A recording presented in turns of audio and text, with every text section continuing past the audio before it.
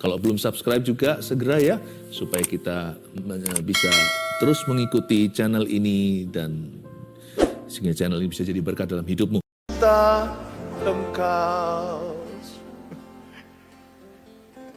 hanya ini Tuhan, satu kalimat saja. Here we go. That I love to love you. That I love to love you. That I like you. Thank you. Terima kasih Tuhan Yesus, kau ada di sini. Kau ada di sini. Hamba bisa merasakan betapa indah saat tutup mata di hadiratmu hanya meresapi lebih dari emosi, tapi hadiratmu yang nyata. Seluruh otot sendi kami pun menyaksikan bahwa Tuhan ada di dekat. Sampaikan sabda firman-Mu sekalipun hamba-Mu mau terus-menerus menyanyi memuji. Namun pengetahuan yang benar dan pengenalan yang betul akan Kristus harus dibagikan. Sembunyikan hamba di balik salib-Mu, supaya hamba hanya menyadari kehadiran-Mu lebih dari kehadiran jemaat. Bantu jemaat juga untuk bisa melihat salib-Mu bukan hamba-hamba-Mu, supaya kehadiran-Mu yang mereka rasakan bukan kehadiran kami. Tuhan. Terima kasih Tuhan. Dalam nama Yesus. Amin. Puji Tuhan, berikan tepuk tangan untuk Roh Kudus. Ya begini kalau kita di dalam hadirat Tuhan, sendirian maupun bersama rasanya waktu berlalu cepat. Saya pernah punya pengalaman waktu saya lahir baru 31 tahun lalu. Saya punya komitmen 1 jam berdoa setiap hari, gak pernah bolong 31 tahun sudah. Bukan karena saya rajin, tapi karena saya haus. Tapi suatu hari, saya mengalami sebuah perjumpaan pribadi dengan Tuhan waktu saya saat teduh mengalami pengalaman yang supranatural dengan Tuhan. Saya ceritakan nanti, kita baca dulu Alkitab, saya berikan judul Kuasa Saat Teduh, ambil catatan.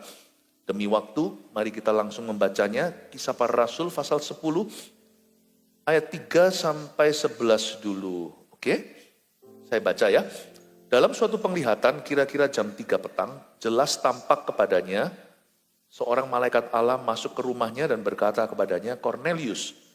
Ia menatap malaikat itu dan dengan takut ia berkata, Cornelius ngomong begini, ada apa Tuhan? Jawab malaikat itu, semua doamu dan sedekahmu telah naik ke hadirat Allah dan Allah mengingat engkau.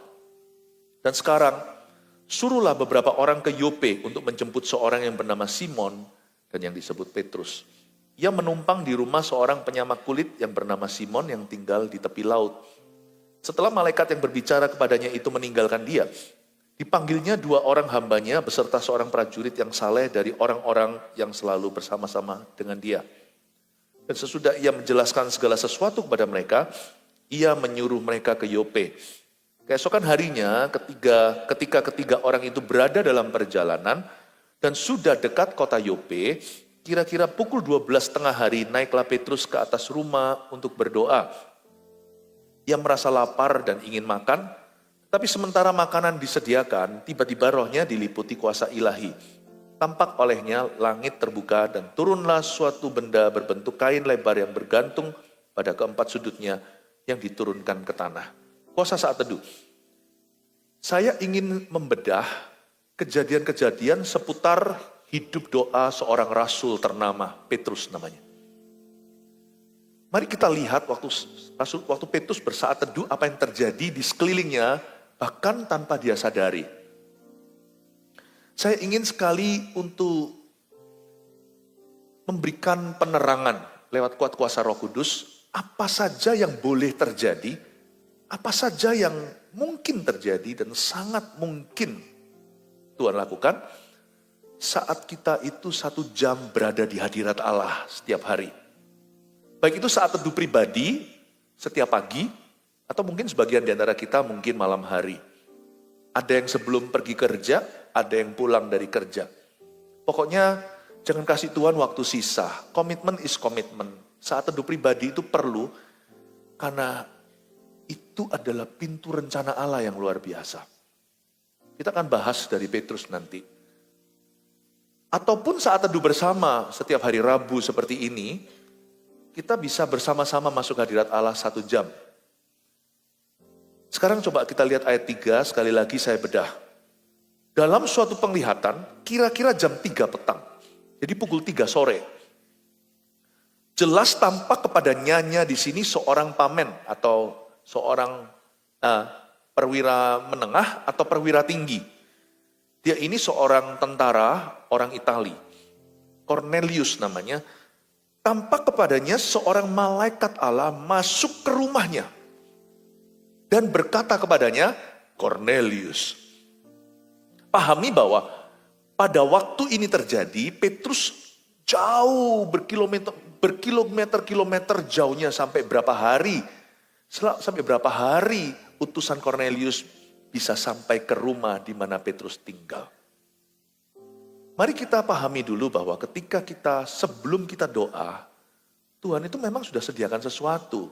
Nah, saya curiga, sebelum kita saat teduh bersama hari ini pun Tuhan sudah menyediakan apa yang mata kita belum melihat, telinga belum dengar, apa yang belum ada dalam watak pikiran kita. Tuhan itu selalu early. Tuhan itu menciptakan segala sesuatu sebelum bumi dijadikan, dia berfirman. Tuhan yang sama yang sudah mati di Kalvari atau Golgota 2000 tahun lalu sebelum Injil dibawa ke pintu rumah kita. Saya punya keyakinan bahwa bahkan sebelum kita berdoa, Cornelius kita sedang dipersiapkan oleh Tuhan. Katakan amin. Cornelius di tempat kerja kita yang akan menjadi jawaban. Cornelius di dalam pelayanan kita yang selama ini kita doakan. Semua itu Tuhan simpan di dalam satu kotak namanya saat teduh di dalam hadiratnya. Sebelum kita masuk ke hadirat Allah, Tuhan sudah siapkan seperti Abraham sebelum naik ke gunung itu untuk mempersembahkan Ishak. Sudah ada 1 ekor domba kecantol tanduknya. Allah kita itu Yehova Jireh. Dia menyediakan semua yang kita perlukan, bahkan sebelum engkau bisa memintanya. Yesus ajarkan soal doa. Bapamu tahu apa yang engkau butuhkan. Makanya kalau kita doa itu gak perlu berat spiritnya. Bolehlah kita punya masalah, tapi kalau berdoa masuk hadirat Allah, saat teduh pribadi atau saat teduh bersama, masuk hadirat Allah itu penuh ekspektasi. Karena Allahku mengerti. Tuhan tahu yang kubutuhkan. Tuhan tahu apa yang aku alami. Tuhan sadari. Dan Tuhan bahkan tahu masa depanku. Bahkan aku belum tahu masalah apapun yang akan menghadangku. Makanya kalau saya masuk ke hadirat Allah waktu saya saat teduh bersama. Juga waktu saya saat teduh pribadi. Saya masuk itu dengan gairah, dengan ekspektasi. Kalau saya punya masalah, malah saya terburu-buru masuk ke hadiratnya. Kalau saya nggak punya masalah, saya masuk dengan rindu karena saya bersyukur kepadanya. Janganlah kita itu berat untuk berdoa atau mencari wajah Allah. Yakinlah, bahkan sebelum kita masuk ke hadiratnya, sebelum kita bersaat teduh, Tuhan sudah siapkan sesuatu. Corneliusmu sedang dibikin sama Tuhan Yesus, sedang disiapkan. Ayat 4, ia menatap malaikat itu dan dengan takut ia berkata, ada apa Tuhan? Jawab malaikat itu, semua doamu dan sedekahmu telah naik ke hadirat Allah. Dan Allah mengingat engkau. Tuhan itu adalah mak comblang yang nomor 1 di seluruh jagat raya. Gak selalu bicara tentang hubungan cinta, pacaran, atau yang menjadi suami istri di pelaminan. Tapi Tuhan itu paling hebat untuk mempertemukan orang yang berdoa di sini dan orang yang berdoa di sana. Cornelius berdoa dan Tuhan hendak mempertemukan dia dengan jawaban doanya yaitu Petrus. Jauh di luar kota, segera mereka ketemu. Tuhan kalau tuntun orang itu spesifik. Petrus saat ini, dia bahkan belum berdoa. Mungkin Petrus saat itu lagi sibuk apa. Tapi Tuhan mempersiapkan sesuatu tanpa Petrus sadari. Ayat 5. Dan sekarang, tidak pakai nanti. Tuhan itu kalau bekerja tidak berlambat-lambat. Itu yang seringkali kita keluhkan kan, kenapa Tuhan terlambat menolong aku? Tidak, waktu Tuhan selalu terbaik. Katakan amin. Dan sekarang kata Tuhan, suruhlah beberapa orang ke Yope. Yope itu di mana? Yope itu Java. Yope itu hari ini Tel Aviv di Israel. Suruh ke Yope, kota pelabuhan itu, untuk menjemput seorang yang bernama Simon yang disebut Petrus. Petrus di Yope ngapain sih? Petrus sedang melakukan perjalanan misinya. Mungkin dia berkunjung ke rumah teman. Kebetulan dia tinggal di rumah seorang yang namanya juga sama dengan dia, Simon. Gak usah heran lah, orang Yahudi itu banyak yang namanya Simon. Kayak kita orang Indonesia banyak yang namanya Agus, Budi, dan sebagainya. Ia menumpang di rumah seorang penyamak kulit yang bernama Simon yang tinggal di tepi laut. Wah, Petrus akan segera mengalami sebuah surprise dari Tuhan, sebuah kejutan. Apa yang tak pernah dilihat mata dan yang tak pernah didengar telinga, Tuhan sediakan untuk dia. Petrus tidak bermimpi. Tuhan segera akan membukakan pintu kepada bangsa-bangsa lain. Petrus akan menjadi orang pertama yang memakai kunci kerajaan sorga untuk membawa Injil kepada orang-orang tidak bersunat, yaitu orang-orang non-Yahudi. Dan dalam hal ini orang Italia. Setelah malaikat yang berbicara kepadanya itu meninggalkan dia, ayat 7, dipanggilnya 2 orang hambanya beserta seorang prajurit yang saleh dari orang-orang yang selalu bersama-sama dengan 3. Jadi total ada 3. Perwira Italia ini memanggil 2 orang hambanya, asistennya yang bukan tentara, dan 1 orang tentara yang takut akan Allah seperti dirinya.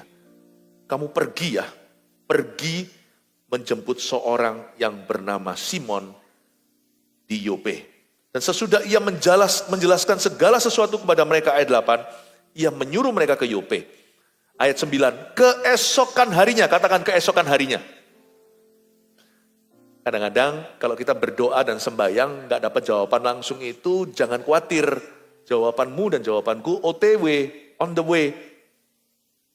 Tapi kita gak tahu sebab Allah bekerja di tempat yang tersembunyi. Percayalah waktu kita saat teduh, somebody or something is coming. Saya yakin Petrus itu berdoa. Jam-jam Petrus berdoa, waktu saya selidiki ya, saya ini orangnya detil kalau baca Alkitab. Saya temukan sebelum Petrus menyembuhkan orang yang di gerbang indah itu, dia pukul 3 dia doa. Mungkinkah Petrus juga sedang berdoa? Right about pada saat dia mau berdoa, malaikat sudah datang di sebelah sana kepada seorang bernama Cornelius. Itu loh gerbang indah waktu ada orang lumpuh berjalan. Itu kan pukul 3 dia ke sana. Tapi nanti kalau kita baca di ayat 9 yang barusan saya singgung ini, Petrus pukul 12 dia baru selesai sembahyang. Saya nggak tahu Petrus itu berdoa berapa kali sehari. Tapi Alkitab mencatat jam-jam tertentu itu ada rekornya. Dia sedang sembahyang atau dia sedang bersaat teduh secara pribadi. Atau siapa tahu dia saat teduh dengan Yohanes atau dengan Yakobus. Tapi pokoknya semua kejadian ini, Cornelius itu ketemu malaikat, disuruh datang, kirim pesuruh, kirim hambanya 2, kirim 1 tentara, 3 orang untuk menjemput Petrus. Petrus nggak tahu semua apa yang terjadi ini. Tapi saya yakin di dalam roh Petrus sudah merasa sesuatu. Jadi kalau kita itu bersaat teduh, believe, percayalah, something is coming, sesuatu sedang datang. Sesuatu sedang dipersiapkan. Bahkan bukan sesuatu kadang-kadang Tuhan utus orang. Somebody is coming. Ada 1 orang yang Tuhan utus yang menjadi jawaban doamu. Katakan amin dulu. Harus punya rasa curiga sama Tuhan, tapi curiga yang bagus. Kalau mau ikut Yesus itu harus GR. Kita berhak untuk GR karena kita ini ahli waris Roma 8. Kita ini bukan hanya anak-anak Tuhan. Kita ini juga ahli waris janjinya seperti Abraham. Mesti curiga dong. Jangan kalau kita mengalami sesuatu yang buruk lalu berkata, pencobaan ini datang dari Tuhan. Kalau yang negatif selalu Tuhan yang kita tuduhkan. Tapi kalau sesuatu yang sifatnya kebetulan, tidak kita rencanakan, tiba-tiba terjadi, berkat ada di situ, jawaban doa juga, segala macam kemurahan, lalu kita ujung-ujungnya sebut, kebetulan, hoki aku beruntung sekali. Nggak boleh begitu. Orang Kristen itu gravitasinya harus ke sorga, bukan ke dosa. Ada apa-apa harus berkata, hayo Tuhan ya. Tapi kalau ada pencobaan, sesuatu yang buruk, kita bergantung pada Tuhan, kita nggak salahkan. Kita berkata, Tuhan, aku nggak ngerti maksud Tuhan. Tapi izinkan aku untuk setia melalui ini semua. Beriku ketabahan dan bahkan hamba berdoa kasih jalan keluar. Petrus nggak tahu semua yang terjadi ini. Keesokan harinya ayat 9, baru besok, tomorrow, ketika ketiga orang itu berada dalam perjalanan OTW dan sudah dekat ke kota Yope. Jangan lupa, kemarin mereka berangkat kurang lebih pukul 3, sampai sana pukul 12, jalan kaki. Berarti mereka jauh sekali berjalan menuju ke Petrus. Kadang-kadang Tuhan mempersiapkan sesuatu yang masih jauh dari jangkauan kita. Butuh waktu untuk menjemputnya. Nggak semua berkat itu disediakan di hadapan lawan. Ada juga yang membutuhkan ketekunan. Jam 3 baru berangkat, esok hari jam 12 baru sampai situ. Baru ketuk pintu. Jangan terburu-buru, jangan lekas kecewa sama Tuhan. Saat teduh itu bukan untuk dapat mie instan. Saat teduh itu untuk kita dikuatkan iman. Bahwa kalau aku di hadirat Tuhan, tidak akan aku keluar tangan hampa. Saya nggak serakah, saya tidak memanipulasi Allah, saya tidak kejar berkat. Tapi saya percaya kalau saya kejar hadirat Allah, kerajaannya dan kebenarannya, semua yang saya perlu pekan pun akan ditambahkan. Keesokan harinya ketika ketiga orang itu berada dalam perjalanan dan sudah dekat kota Yope, kira-kira pukul berapa? 12:30 hari, naiklah Petrus ke atas rumah untuk berdoa. Nih dia, baru mau sembahyang. Dia gak sadar interupsi ilahi akan terjadi. Kadang-kadang kalau kita masuk hadirat Allah terasa berat ya, apalagi kalau sudah bolong-bolong saat teduhnya, rasanya mau masuk lagi itu susah gitu. Lain cerita kalau orang yang konsisten. Tapi kalau kita udah lama gak berdoa itu rasa kayak kaku gitu. Lama gak ke gereja juga sama, risih-risih gitu waktu masuk ke gerbangnya dengan ucapan syukur, lihat orang kiri kanan menari, tepuk tangan. Kita kikuk di tengah-tengah, terjepit seperti sandwich. Petrus itu baru naik ke atas rumah untuk berdoa. Dia gak sadari. 3 orang itu sudah dekat rumah. Sometimes when your heart feels heavy. Kadang-kadang ketika hatimu merasa berat sekali. Jangan-jangan jawaban doamu sudah dekat. Katakan kanan kirinya di sini. Jawaban doamu sudah dekat. Ayat 10. Ia merasa lapar dan ingin makan. Tetapi sementara makanan disediakan, tiba-tiba rohnya diliputi kuasa ilahi.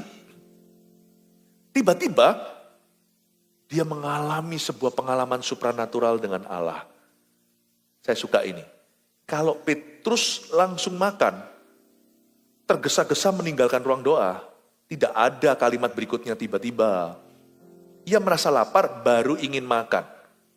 Ingat ya, manusia tidak hidup dari roti saja atau nasi.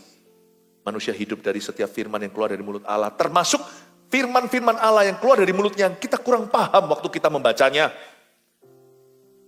Petrus ini nggak ditulis di Alkitab, tapi saya bisa bayangkan dia garuk-garuk kepalanya.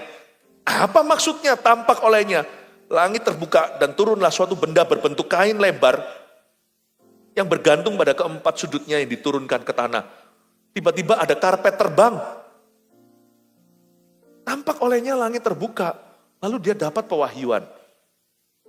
Petrus nggak ngerti, tapi puji Tuhan sekalipun dia tidak paham, dia belajar berserah. Tiba-tiba rohnya diliputi kuasa ilahi. Saya bersyukur Petrus itu punya hidup doa. Kalau kita nggak punya hidup doa, kita juga tidak akan mengerti rencana Allah. Kita juga akan susah dituntunnya, karena dituntun akan membangkang terus. Karena rohnya nggak berserah, rohnya memberontak. Yesus suruh murid-muridnya di Getsemani, kalian mesti berdoa. Kenapa? Kalian mesti berjaga-jaga supaya jangan jatuh dalam pencobaan. Tuhan kasih lagi satu alasan. Sebab rohmu memang penurut, tapi dagingmu lemah. Kalau hidupmu mau dituntun Tuhan dalam rencananya yang ajaib, engkau harus punya hidup doa. Karena Tuhan tidak akan memaksa. Tuhan tuh nggak pernah menyeret orang itu masuk rencananya. Tuhan tuh bekerja sama, Roma 8. Bekerja sama dalam segala perkara, baik yang baik maupun yang buruk. Dan kalau tidak berdoa, dagingmu itu akan bangkit. Dagingmu yang lebih kuat. Rohmu akan mati, minimal kering dan kelaparan. Tidak dikasih makan firman, diisi terus dengan pengertian sendiri atau opini manusia, apalagi nasihat orang fasik. Mana bisa rohmu gagah perkasa? Aku gak akan seret kamu atau paksa. Kalau kamu tidak punya hidup doa, susah ikut aku, kata Yesus. Susah peka, susah memahami rencanaku, susah berserah ketika engkau tidak memahami sesuatu. Makanya karena Petrus punya hidup doa yang kuat, itu ternyata pintu masuk ke rencananya. Kalau Anda baca, tiba-tiba rohnya diliputi kuasa ilahi. Kapan? Waktu dia naik ke atas rumah untuk berdoa. Waktu kita berdoa, kayaknya kita tutup pintu ya. Kalau doa saya sarankan tutup pintu. Kalau susah konsentrasi dalam gereja, tutup mata. Kalau di rumah, sementara kita berdoa, mungkin keluarga di luar nonton TV, jangan marah sama mereka. Karena keluarga jam doanya beda kali. Tutup aja pintumu. Alkitab katakan begitu, kalau berdoa cari wajah Allah, tutup pintu di belakangmu. Allah yang menyaksikan engkau berdoa di tempat tersembunyi akan membalasmu di tempat terang. Di tempat umum. Apa yang kita lakukan sendiri di hadapan Tuhan akan Tuhan broadcast suatu hari kemana-mana. Tiba-tiba rohnya diliputi kuasa ilahi. Seolah-olah pintu tertutup waktu kita berdoa. Sadari, pintu jasmani, pintu rumah kita tutup di belakang kita. Tapi waktu kita sembahyang, ada pintu yang gak kelihatan, pintu rohani yang dibuka Tuhan di sebelah situ. Doa itu pintu, katakan doa itu pintu. Makanya orang Kristen yang tidak punya kehidupan doa, kalau hanya datang ke gereja seminggu sekali, kurang.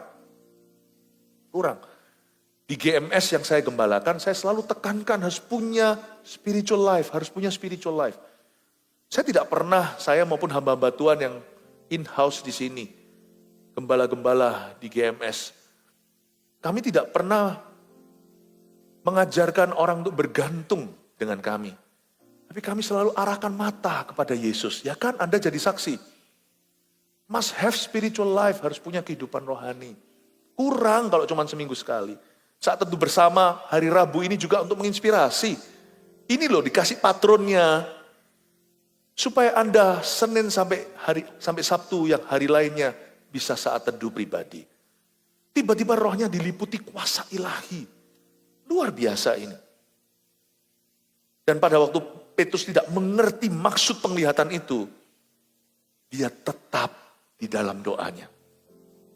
Waktu saya bertobat tahun 1992, 31 tahun lalu, hal pertama yang saya pelajari setelah saya dibaptiskan adalah memiliki kehidupan rohani.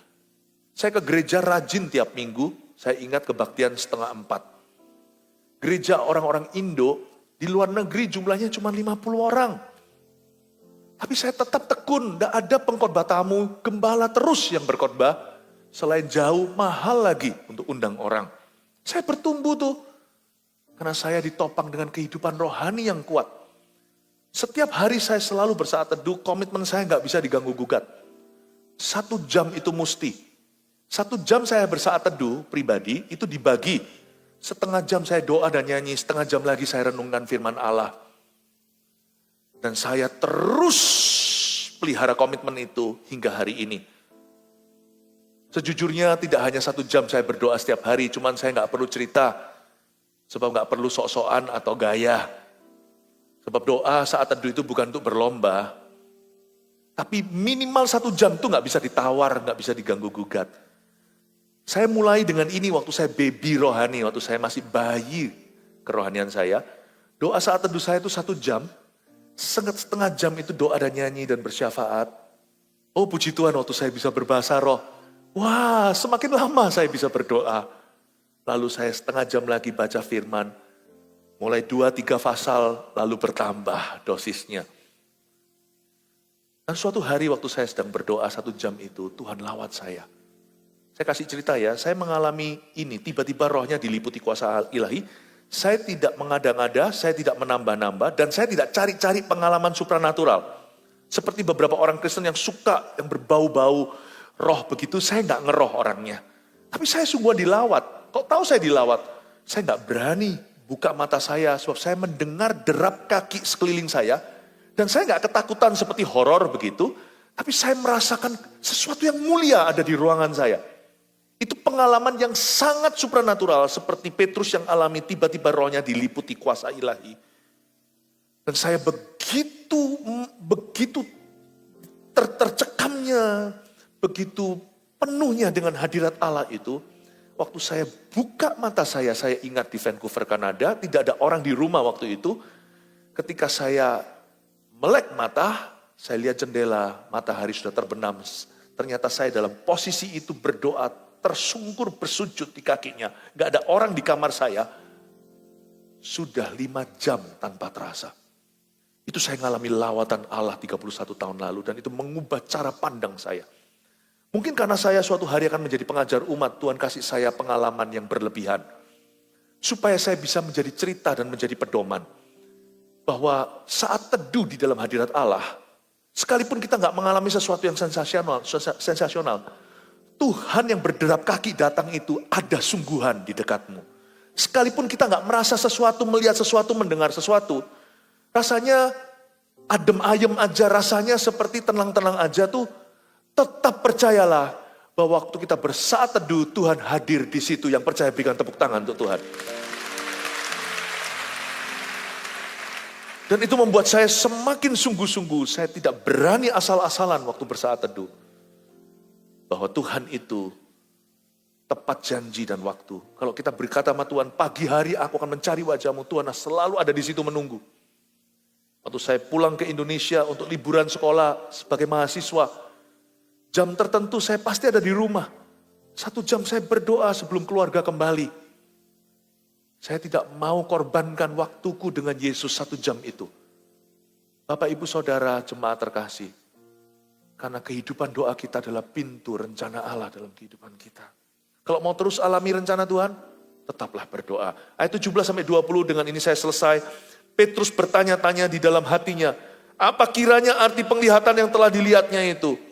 Sementara itu telah sampai di muka pintu orang-orang yang disuruh oleh Cornelius dan yang berusaha mengetahui di mana rumah Simon. Ayat 17, Petrus sedang bertanya dalam hatinya, orang-orang itu sudah datang. Petrus bertanya-tanya, Tuhan itu selalu mempersiapkan hati dulu baru otak. Otak dia belum masuk akal. Apa sih maksudnya karpet terbang, saya lompat, semua penglihatan itu intinya. Petrus melihat karpet terbang, ada hewan-hewan najis, Tuhan bilang sembelih dan makan. Dia nggak ngerti maksudnya apa. Maksudnya itu simbolis. Jangan sebut hewan-hewan itu najis. Kalau aku sudah suruh kamu makan, berarti aku sudah menghalalkan. Petrus tidak boleh prejudis terhadap bangsa Itali yang sebentar lagi dia akan temui. Dia nggak boleh diskriminasi sama orang-orang non-Yahudi. Nggak boleh rasis. Sementara Petrus bertanya-tanya dalam benaknya, apa artinya? Penglihatan itu sudah masuk. Itulah kuasa firman waktu saat teduh pribadi dan waktu saat teduh bersama. Firman yang kita terima itu kita cerna. Perlu masuk secara layer by layer. Gak tentu kita ngerti langsung, makanya penting untuk mencatatnya. Sementara dia bertanya-tanya, Allah sudah mempersiapkan hatinya untuk apa yang Tuhan akan segera lakukan, yang di luar nalurinya, di luar pengertiannya, dan belum pernah dia alami sebelumnya. Apa yang matanya belum lihat, telinga belum dengar, apa yang belum pernah berani dia pikirkan, bahkan doakan. Petrus sedang bertanya dalam hatinya, Tuhan sudah gemburkan spiritnya. Itulah kuasa saat teduh. Gak tentu waktu saat teduh kita tahu segala sesuatu, keluar langsung tahu 1 tahun ke depan akan terjadi apa. Gak tentu. Tapi hati kita disiapkan untuk apa yang akan terjadi dan untuk apa yang Tuhan mau lakukan. Ayat 18, mereka memanggil seorang dan bertanya, apakah Simon yang disebut Petrus ada menumpang di rumah itu? Dan ketika Petrus sedang berpikir tentang penglihatan itu, berkatalah roh, ada 3 orang mencari engkau. Luar biasa ya. Masih merenung tiba-tiba dengar suara Tuhan.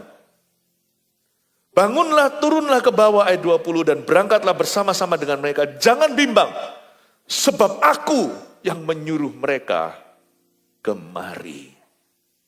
You know when we pray, God works in secret places. Waktu kita berdoa, Tuhan bekerja di tempat tersembunyi. Ada 3 poin seperti biasanya, tolong dicatat. Kuasa saat teduh, nomor satu. Mengapa ada kuasanya bersaat teduh? Pertama, sebelum kita bersaat teduh, Tuhan sudah siapkan sesuatu. Katakan lagi kepada orang di kiri kanannya, Tuhan sedang mempersiapkan Corneliusmu. Tolong balas orang yang ngomong begitu tadi. Beritahu begini, something is coming, sesuatu sedang datang. Haleluya, kasih tepuk tangan untuk Tuhan. 2, belajar dari kehidupan doa atau kehidupan rohani Petrus. Mari kita ambil konklusi ini. Hidup doa adalah pintu masuk ke dalam rencananya. The power of intimacy. Bahkan kalau kita tahu rencana Tuhan pun percuma. Maria Marta, Maria ciciknya, Marta adiknya. Sama-sama loh waktu adik mereka mati yaitu Lazarus. Waktu meninggal dunia, Marta datang dan berkata persis kalimatnya. Coba baca itu di Injil Yohanes. Tuhan, kalau engkau ada di sini, Lazarus tidak mati. Malah Tuhan hanya dialog saja dengan dia. Malah sempat berdebat. Sedangkan Maria ucapkan kalimat yang identik. Tuhan, kalau engkau ada di sini, Lazarus tidak mati. Dan Tuhan langsung nangis. Dan Tuhan berkata, mana Lazarus? Bangkitlah! Keluar dari kuburan itu, muncullah Lazarus berkain kafan. 4 hari dia sudah mati. The power of intimacy. Percuma kalau kita tahu semua hukum Taurat, bukan berarti kita nggak usah tahu isi firman. Harus tahu, tapi isi firman saja. Kalau tidak dari hati yang mencari wajahnya, akan membuat kita Farisi semata-mata. Tapi kalau kita punya kedekatan dengan Tuhan, itu lain. Siapa punya kedekatan dengan Tuhan itu mempan. Hidup doa adalah pintu masuk ke dalam rencananya. Yang ketiga, sewaktu kita di hadiratnya, Tuhan bekerja di luar sana. Selalu curiga, waktu saya sedang melipat tangan, menutup mata, atau berlutut juga, seseorang di luar situ ditepuk pundaknya sama Tuhan Yesus. Makanya itu doa menghemat waktu. 24 jam sehari saya nggak berani tidak sisihkan sejam itu. Nanti saya bekerja sendiri, malah nggak mari-mari, malah nggak selesai-selesai kerjaanku. Tapi siapa berdoa, Tuhan Allahnya bekerja sama dengan dirinya. Makanya kenapa prayer saves time and saves energy, karena kita nggak bekerja sendiri dan tidak mengandalkan kekuatan manusia. Sewaktu kita di hadiratnya, Tuhan bekerja dan turut bekerja di luar sana. Aneh ya, kalau saya bersaat teduh secara pribadi atau saat teduh bersama seperti ini, ada banyak hal yang saya hadapi nanti itu solusinya cepat. Tidak tentu cepat keluar dari masalah.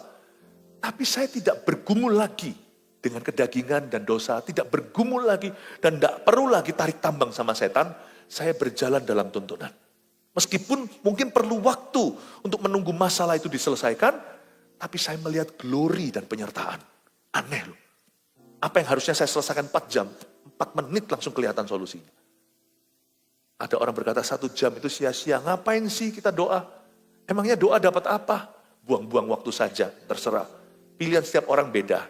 Saya memilih untuk berdoa, karena saya tahu kunci keberhasilan saya di tangan Allah. Berikan tepuk tangan untuk Tuhan.